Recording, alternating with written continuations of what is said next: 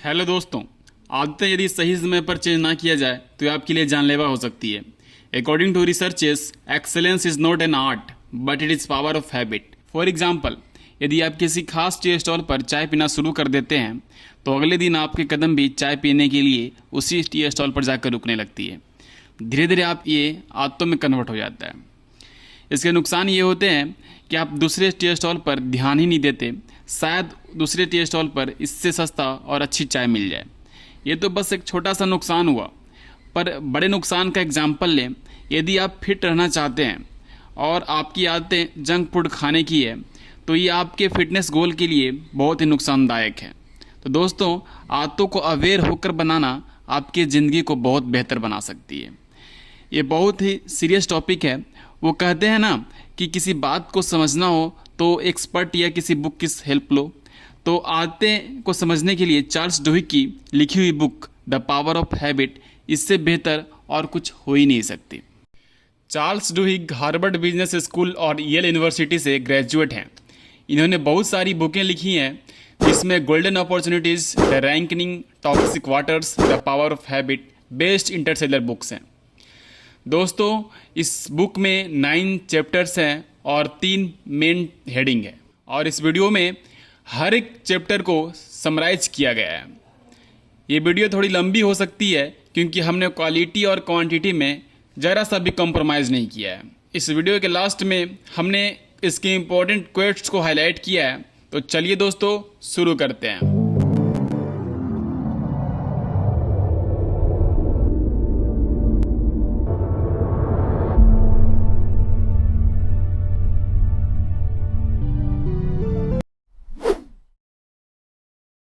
सन 1990 में MIT के शोधकर्ताओं ने आदतों पर शोध करना शुरू किया। इसके लिए उन्होंने प्रयोगशाला के चूहों के लिए एक नया प्रयोग तैयार किया। सर्जरी द्वारा हर चूहे के दिमाग में कंट्रोल लीवर और दर्जनों छोटे छोटे तार लगा दिए गए। इसके बाद इन चूहों को टी आकार वाली एक भूलभुलैया में छोड़ दिया गया, जिसके दूसरे छोर पर एक चॉकलेट रख दी गई। भूलभुलैया में चूहों को एक दरवाजे के पीछे रखा जाता। ये दरवाज़ा क्लिक की आवाज़ होने के बाद खुलता था। शुरुआत में चूहों को अपनी इनाम चॉकलेट तक पहुंचने में काफ़ी वक्त लगा। भूलभुलैया से गुजरते समय हर चूहे के दिमाग और विशेषकर उसके बेसल गैंग्लिया की गतिविधियों में बहुत तेज़ी आ जाती। बेसल गैंग्लिया दिमाग का वो हिस्सा होता है जहां आदतें पनपती हैं। समय के साथ चूहे भूलभुलैया को इतनी तेजी से पार करना सीख चुके थे कि अब इन्हें इसके बारे में सोच विचार करने की भी जरूरत नहीं पड़ती थी। इस प्रक्रिया में दिमाग नियमित क्रियाओं को सहज व्यवहार या आदतों में परिवर्तित कर देता है और इसे चंकिंग कहते हैं। हमारे दिमाग के अंदर होने वाली इस प्रक्रिया के 3 चरण होते हैं। पहला चरण है इशारा। इस चरण में दिमाग की स्वचालित अवस्था सक्रिय हो जाती है।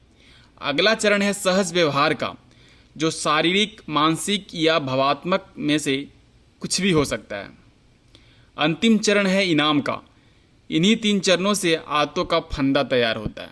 चैप्टर 2, मस्तिष्क की इच्छा और how to develop new habit. सन 1980 में शुल्ज बंदरों के दिमाग का अध्ययन कर रहे साइंटिस्ट में से एक थे। शुल्ज का जन्म जर्मनी में हुआ था। जिस बंदर पर ये प्रयोग कर रहे थे उनमें से किसी को सेब का रस पसंद था और किसी को जामुन का। शुल्ज की हार्दिक इच्छा थी ये देखने की कि आखिर इन फलों का रस का चुनाव करते समय इनके दिमाग में क्या चलता होगा। सौभाग्यवश 1990 में तकनीकी विकास के साथ ही शुल्ज के पास वो यंत्र भी आ गए। उनके एक बंदर का नाम जूलियो था। उसके दिमाग में एक बहुत ही पतला इलेक्ट्रोड डाल दिया गया, जिसकी मदद से शुल्ज उसकी न्यूरॉनल गतिविधियों का निरीक्षण कर सकते थे। शुल्ज ने जूलियो को कमरे में बंद कर उसको एक कुर्सी पर बैठा दिया और उसके सामने एक कंप्यूटर रख दिया, जिस पर लाल, पीले या नीले रंग की टेढ़ी मेढ़ी रेखाएं दिखाई गई। जूलियो को इस बात की ट्रेनिंग दी गई कि ये रंगीन रेखाएं देखते ही वो अपने सामने मौजूद लीवर को खींच दे। इस लीवर को इस तरीके से लटकाया गया था कि लीवर के खींचते ही जामुन का रस बंदर के मुंह में चला जाता।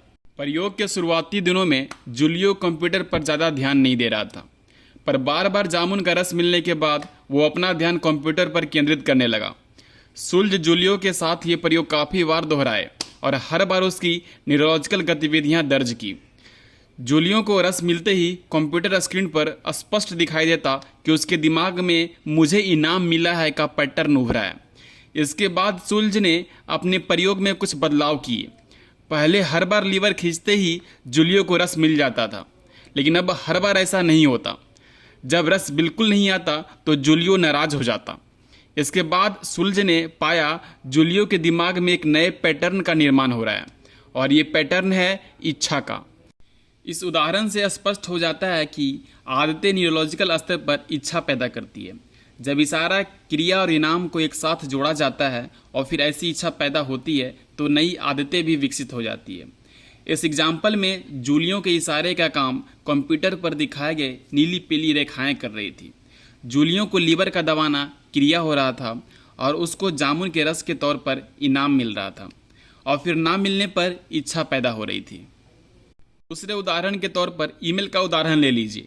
जब आपका मोबाइल नया मैसेज मिलने से वाइब्रेट होता है तो आपका दिमाग क्षण भर में ही मन बहलाव की अपेक्षा करने लगता है। जब अपेक्षा पूरी नहीं होती तो ये इतनी बढ़ जाती है कि लोग ऑफिस में मीटिंग के दौरान भी मेज के नीचे छिपकर मोबाइल पर आए मैसेज देखने लगते हैं, भले ही उन्हें पता हो इस मैसेज में ऐसा कुछ खास नहीं है जो अभी देखना जरूरी है। इस तरह आपके फ़ोन का नोटिफिकेशन इशारे का और मैसेज देखना नियमित क्रिया और इनाम के तौर पर मन बहलाव की इच्छा नई आदतें विकसित कर लेती है। Chapter 3 the golden rule of habit change, why change happens. 17 नवंबर 1996 को बुकानियर्स टीम अमेरिका के सैन डिएगो शहर में चार्जर्स टीम के साथ खेल रही थी। बुकानियर्स टीम ऐसी टीम थी जिसे जीते हुए 15-16 साल हो गए थे। एक न्यूज़पेपर में बुकानियर्स की खिल्ली उड़ाते हुए इसे अमेरिकास ऑरेंज डॉर्मेट, मतलब ऐसी टीम जिसे मैदान में कोई भी रौंद कर चला जाता है। खेल खत्म होने में केवल 8 मिनट और 19 सेकंड का समय बचा था। सारे दर्शक भी चार्जर्स टीम के खेल के मज़े ले रही थी, पर उस समय बुकानियर्स टीम के कोच डंगी को कुछ अलग दिख रहा था। आमतौर पर डंगी मुस्कुराते नहीं थे, पर मैदान में कुछ ऐसा हो रहा था जिसके चलते उन्हें अपने वर्षों की मेहनत रंग लाती नजर आ रही थी। मैच देखने आए करीब 50,000 दर्शक स्टैंड पर बैठे डंगी का मजाक उड़ा रहे थे, पर अचानक से गेम पलटने लगा। दर्शकों की आंखें चौंधिया सी गई। गेम के आखिरी मिनट में बुकानियर्स की टीम लगातार गोल पे गोल दागे जा रहे थे। आखिर में इनकी टीम जीत गई। इनकी जीत खिलाड़ियों के आदतों को चेंज करने से हो पाया। इंटरव्यू के दौरान अन्य टीम के मालिक डंगी से पूछते, आपने खिलाड़ी में नई आदतें कैसे विकसित करेंगे? तो इस पर डंगी का जवाब होता, मैं खिलाड़ियों में कोई नई आदतें विकसित नहीं करता। कोई भी खिलाड़ी अपने नए कोच के कहने भर से अपने जीवन भर की आदतें नहीं छोड़ सकता। डंगी खिलाड़ियों में नई आदतों को विकसित करने के बजाय केवल उनकी पुरानी आदतों को परिवर्तित करते थे। आदतें 3 चरणों वाली फंदा होती है, इशारा, क्रिया और इनाम। डंगी का अनुभव कहता था, यदि इशारा और इनाम समान रखकर केवल क्रियाओं को परिवर्तित किया जाए तो आदतों में बदलाव लाया जा सकता है। डंगी की प्रशिक्षण नीति से आदत परिवर्तन का एक सुनहरा नियम सामने आया। इस तरीके का इस्तेमाल कर अल्कोहलिक्स एनोनिमस ने बहुत सारे लोगों को नशीले चीज़ों का सेवन करने से छुटकारा दिलाया है। उन्होंने काफ़ी रिसर्च से पता लगाया है कि लोगों को शराब पीने की असली वजह उनको नशे से प्रेम है वैसा नहीं था। वो बस अपने गम और एक खास प्रकार के डोपामीन ना मिलने की वजह से शराब को हाथ लगाते थे। अल्कोहलिक्स एनोनिमस ने डोपामीन जैसे इनाम को समान रखा, बस उन्होंने शराब की जगह एक अच्छे इन्वायरमेंट को विकसित किया। एक इस तरीके का इन्वायरमेंट जिससे लोग बिना शराब के अपने दुखों को भूलने लगे, और इसे ही हैबिट चेंज करने का गोल्डन रूल कहा जाता है। चैप्टर 4 कीस्टोन हैबिट और ओनेल की यशोगाथा। कीस्टोन हैबिट अर्थात मूल आदतें। आमतौर पर जब लोगों को अपना वजन कम करने की सलाह दी जाती है तो उन्हें बहुत मुश्किल लगता है, पर यदि इसी को उनके मूल आदतों से रिलेट कर दिया जाए, जैसे किसी को जर्नलिंग करना या कुछ लिखते रहने की आदत है, तो उन्हें इसी आदत को डाइट प्लान को लिखने में कन्वर्ट करा दिया जाए। वो हर रोज़ जो खाते हैं उसकी जर्नलिंग करना स्टार्ट कर दें तो उनकी हेल्थ को आसान तरीके से सुधारा जा सकता है। वह अमेरिका की एल्यूमिनियम कंपनी थी जो पिछले दशक से काफ़ी घाटे में थी। उनके लिए नए सीईओ ओर्नेल को जब चुना गया तो बहुत लोगों के चेहरे पर निराशा थी, क्योंकि अक्सर नए सीईओ कंपनी के घाटे, मुनाफे या टैक्स से रिलेटेड बातें करते थे, पर ये कर्मचारियों के सुरक्षा के विषय पर बात करने लगे। सभा में बैठा हर इंसान ओर्नेल की बातें सुनकर हैरान था।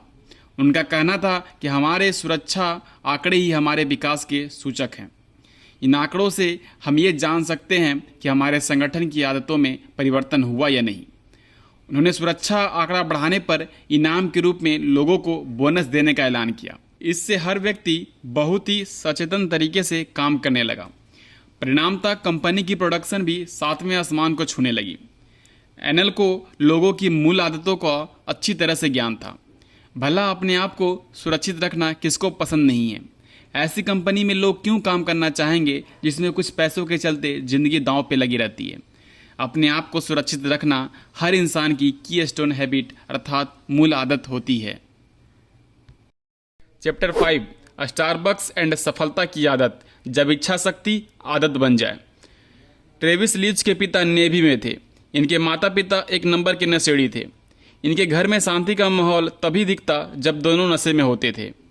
16 साल की उम्र में ट्रेविस ने अपना स्कूल इसलिए छोड़ दिया क्योंकि उसके साथी उसे गे कहकर पुकारते थे। ट्रेविस के अंदर बहुत ही चिड़चिड़ापन भरा रहता था। उसे मैकडोनल्ड जैसी कंपनी में नौकरी तो मिली, पर वो अपने चिड़चिड़ेपन की वजह से ग्राहकों पर भड़क जाता। आखिर इसे कंपनी से निकाल दिया गया। इतनी सारी दिक्कतें आने के बाद वो सोच में पड़ जाता कि शायद मेरे माता पिता जब जीवन से हारे हुए महसूस करने लगे थे तब उन्होंने ड्रग्स लेना शुरू कर दिया था। ट्रेविस को एक ग्राहक ने स्टारबक्स में काम करने का सुझाव दिया। स्टारबक्स अमेरिका की प्रसिद्ध कॉफ़ी कंपनी थी। 6 साल बाद स्टारबक्स कंपनी की सालाना कमाई $2 अरब से ज़्यादा की हो चुकी है। स्टारबक्स के सैकड़ों कर्मचारी की ही तरह इसमें ट्रेविस का भी योगदान है। आज ट्रेविस की आमदनी $44,000 प्रति माह है। अब वो रोजाना समय पर ऑफिस पहुंच जाता है और कभी अपना आपा नहीं खोता। स्टारबक्स ने उसे जीने की कला सिखाई। स्टारबक्स में नौकरी के पहले दिन ही प्रशिक्षण कोर्स स्टार्ट हो जाता, जिसमें मन लगाकर काम करना, समय पर ऑफिस पहुंचना, अपनी भावनाओं को नियंत्रित रखना और सबसे महत्वपूर्ण इच्छा शक्ति को जगाए रखना। 1960 के दशक में स्टैनफोर्ड यूनिवर्सिटी के वैज्ञानिकों ने 4 साल की उम्र वाले बच्चों को इच्छा शक्ति परखने के लिए एक प्रसिद्ध प्रयोग किया। बच्चों को कमरे में लाकर उनके सामने तरह तरह की मिठाइयाँ रखी गई और कहा गया कि अगर वे मिठाइयाँ तुरंत खाना चाहते हैं तो उन्हें केवल 1 टुकड़ा मिलेगा, लेकिन अगर वे कुछ मिनट का इंतजार करें तो 2 टुकड़े दिए जाएंगे। ये कहकर वैज्ञानिक कमरे से निकल गए। कुछ बच्चों ने जैसे ही देखा कि आसपास कोई अपने से बड़ा उम्र का व्यक्ति नहीं है, वे खुद को रोक नहीं सके और तुरंत मिठाइयाँ खा ली। लेकिन उनमें से 30 बच्चे ऐसे थे जिन्होंने खुद को रोक कर रखा और मिठाई को हाथ भी नहीं लगाया। इस प्रयोग के कई वर्ष बाद उन वैज्ञानिकों ने उन बच्चों के बारे में अनेकों जानकारियाँ प्राप्त की। उन्होंने देखा कि जिन बच्चों ने मिठाइयों को हाथ नहीं लगाया था, उनमें मित्रता निभाने की क्षमता, समस्याओं को सामना करने की क्षमता, उनके स्कोर्स बाकियों के मुकाबले ज़्यादा थे। इन सब का क्रेडिट उनकी इच्छा शक्ति को जाता है। 1990 के दशक में मुरावेन नाम के एक साइंटिस्ट ने यह प्रूफ कर दिखाया कि इच्छा शक्ति केवल एक गुण ही नहीं है, बल्कि एक मांसपेशी जैसी है, ठीक वैसे ही जैसे आपके हाथों और पैरों में होती है। इसलिए आप इससे जितनी ज़्यादा मेहनत कराएंगे ये उतना ही थकेगी और फिर कोई दूसरे कामों के लिए इसमें शक्ति नहीं बचेगी। Chapter 6 the power of crisis. सन 2000 में रॉड आइलैंड एक ऐसा अस्पताल था जहां पर डॉक्टरों और नर्सों के बीच काफ़ी मतभेद रहा करता। यह अस्पताल अपने स्टाफ के बीच तनाव के कारण मशहूर हो चुका था। नर्सों की यूनियन इस शिकायत के साथ हड़ताल पर चली गई कि उनसे घंटों तक ज़बरदस्ती ओवरटाइम कराया जाता है। इन सारे मतभेदों की वजह से अस्पताल में इलाज के दौरान हजारों गलतियां उभर कर सामने आती। एक बार जब 86 साल का मरीज को अपने दिमागी चोट की वजह से अस्पताल लाया गया तो रिपोर्टों के हेरफेर की वजह से डॉक्टरों ने उसकी सर्जरी उसके सिर के उल्टी साइड कर दी। ऐसा सिर्फ डॉक्टरों को नर्सों की बातों का भाव ना देने से हुआ। 4 महीने बाद इस अस्पताल की एक और सर्जन ने ठीक वैसे ही गलती कर दी। 1.5 साल बाद एक सर्जन ने एक बच्चे के मुंह की सर्जरी में गलती कर दी। उसने बच्चे के मुंह के उस हिस्से की सर्जरी कर डाली जिस हिस्से में रोग था ही नहीं। इसके 5 महीने बाद एक मरीज की गलत उंगली का ऑपरेशन कर दिया गया। मीडिया और आलोचकों द्वारा बुरी तरह घिरे जाने के बाद अस्पताल के स्टाफ और प्रबंधन में संकट का भाव पैदा हो गया। कुछ प्रबंधकों को ये चिंता सताने लगी कि कहीं सरकारी अधिकारी अस्पताल की मान्यता ही रद्द न कर दे। तभी अस्पताल के मुख्य अधिकारी डॉक्टर कपूर को बनाया गया। डॉक्टर कपूर ने अस्पताल प्रबंधन और स्टाफ के सदस्यों के साथ बैठक किया और कहा कि वे सब इस संकट को गलत नज़रिए से देख रहे हैं। उनका कहना था कि हमारी जो आलोचना हो रही है वो कोई बुरी चीज़ नहीं है। डॉक्टर कपूर ने इसे अवसर की तरह देखा। फिर रॉड आइलैंड अस्पताल को एक दिन के लिए बंद किया गया। यह अस्पताल के लिए आर्थिक रूप से काफ़ी नुकसानदायक था, पर ऐसा इसलिए किया गया ताकि पूरे स्टाफ को विशेष प्रशिक्षण दिया जा सके। इस प्रशिक्षण में टीम वर्क पर काफ़ी जोर दिया गया और साथ ही इस बात को भी रेखांकित किया गया कि नर्सों और मेडिकल स्टाफ का सशक्तिकरण कितना जरूरी है। अस्पताल ने अपने सर्जिकल सेफगार्ड्स को फिर से डिजाइन करने के लिए देश के उच्चतम चिकित्सा संस्थान के प्रतिनिधि संघ centre for transforming health care से मदद मांगी। अस्पताल प्रबंधन ने सभी ऑपरेशन रूम में वीडियो कैमरा भी लगा दिए। इसके अलावा कर्मचारी अपनी बिना पहचान उजागर किए हुए अपनी शिकायतें कंप्यूटर आधारित व्यवस्था में दर्ज करा सकता था। आज जितनी भी बड़ी बड़ी अस्पतालें दिखती हैं, सभी के पास ये सारे प्रबंधन मौजूद हैं और यहाँ के डॉक्टरों और नर्सों को दर्ज किए हुए एक विशेष रूटीन को फॉलो करना पड़ता है ताकि अस्पताल स्मूथली चल सके।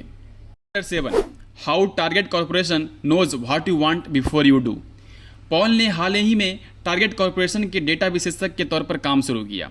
पॉल को एक नई चुनौती दी गई कि कौन सी महिला ग्राहक गर्भवती है, ये पता करने के लिए। ये पता लगाने का अर्थ था कंपनी के लिए लाखों डॉलर की अतिरिक्त कमाई सुनिश्चित करना। कंपनियों का लाभ बढ़ाने का सिर्फ एक ही तरीका होता है कि ग्राहकों की आदतों के बारे में पता लगाकर उनकी प्राथमिकताओं को समझा जाए और फिर उस हिसाब से हर ग्राहक को लुभाने के लिए अलग अलग रणनीति बनाया जाए। बड़े बड़े कंपनियों को अच्छे से पता होता है कि एक आम आदमी के जीवन में बच्चे का जन्म लेना बहुत ही बड़ी घटना होती है।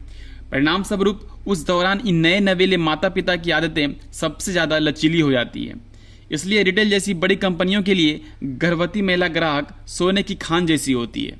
नए नवेले माता पिता बहुत सी खरीदारी करते हैं। सन 2010 में हुए एक अध्ययन से पता चलता है कि एक औसत माता पिता अपने नवजात बच्चे का पहला जन्मदिन आने से पहले ही उसके सामान पर करीब $6800 खर्च कर चुके होते हैं। और आदत जो आम आदमी की होती है, वो किसी दुकान में प्रवेश करते ही अपनी दाईं ओर मुड़ जाते हैं। दोस्तों, क्या आपने कभी गौर किया है? यदि हाँ तो नीचे कमेंट बॉक्स में कमेंट कर देना। ग्राहकों की इसी प्रवृत्ति की वजह से कंपनियां अपनी दुकान में दाईं ओर सबसे अधिक लाभ देने वाले उत्पाद रखते हैं ताकि ग्राहक की नज़र पड़ती ही उन्हें खरीद ले। दोस्तों, जो मार्केटिंग विशेषज्ञ होते हैं उनका यही काम होता है लोगों की आदतों पर गौर करना और एक बड़े डेटाबेस की मदद से कंक्लूजन निकालना। चैप्टर 8 सैडलबग चर्च और मांटगोमरी बसों का बहिष्कार। 1 दिसंबर 1955 की बात है। एक दुबली पतली औरत मांटगोमरी बस में चढ़ी।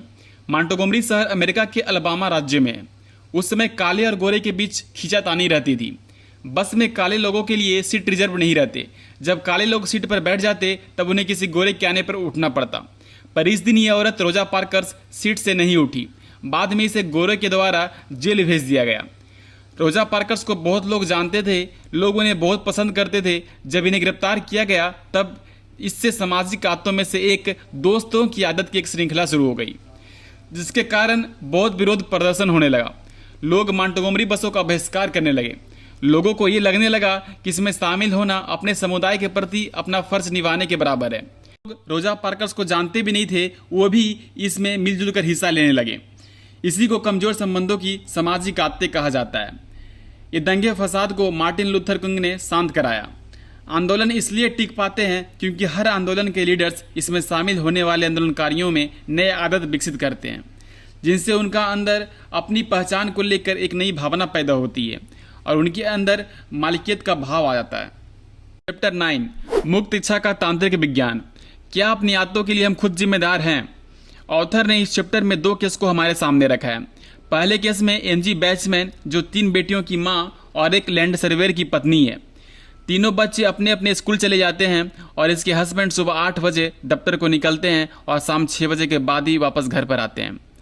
एनजी बैचमैन घर बैठे बैठे बोर होते रहती है। फिर वो एक दिन कैसीनो टाइम पास करने गई। धीरे धीरे उसको जुए की लत लग गई। इसे इतनी भयानक तरीके से लत लग गई कि इसने अपना घर, अपने सारे पैसे सब हार गई। दूसरे केस में 2008 में ब्रायन थॉमस ने पुलिस को बहुत ही घबराए हुए फ़ोन किया। उसने कहा, मेरे हाथों से मेरी पत्नी की हत्या हो गई। वो अपनी पत्नी से बहुत प्रेम करता है। पुलिस ने पता लगाया तो पता चला कि इस बंदे को नींद में चलने की बीमारी थी। जब उसने सपने में देखा कि कोई चोर घुस आया है, तब उसने अपनी पत्नी को चोर समझकर उसका गला दबोच लिया और तब तक दबोचे रखा जब तक ये नींद से ना जाग गया। मुकदमा कोर्ट के पास पहुंचा और ब्रायन थॉमस को बाइज्जत बरी ये कहकर कर दिया गया कि इसमें बंदे की कोई गलती नहीं थी। बंदा अपनी पत्नी से बहुत प्रेम करता था और आज तक दोनों के बीच कभी लड़ाई भी नहीं हुई थी। दोनों का वैवाहिक जीवन बहुत अच्छे से चल रहा था। जो भी हुआ वो नींद में हुआ। इन्हें बाइज्जत बरी होते देख एंजी बैचमैन भी कोर्ट में पहुंच गई और कहा कि एंजी को भी दोषी नहीं ठहराया जाना चाहिए, क्योंकि घर का माहौल ही ऐसा था कि उसे कैसीनो जाना पड़ा। उसके निर्णय काबू में नहीं थे। जब वो कैसीनो का प्रलोभन स्वीकार करके कैसीनो में कदम रखती तो उसकी आदतें उस पर हावी हो जाती और फिर उसके लिए खुद को नियंत्रण में रखना नामुमकिन हो जाता। पर कोर्ट ने इनकी नहीं सुनी।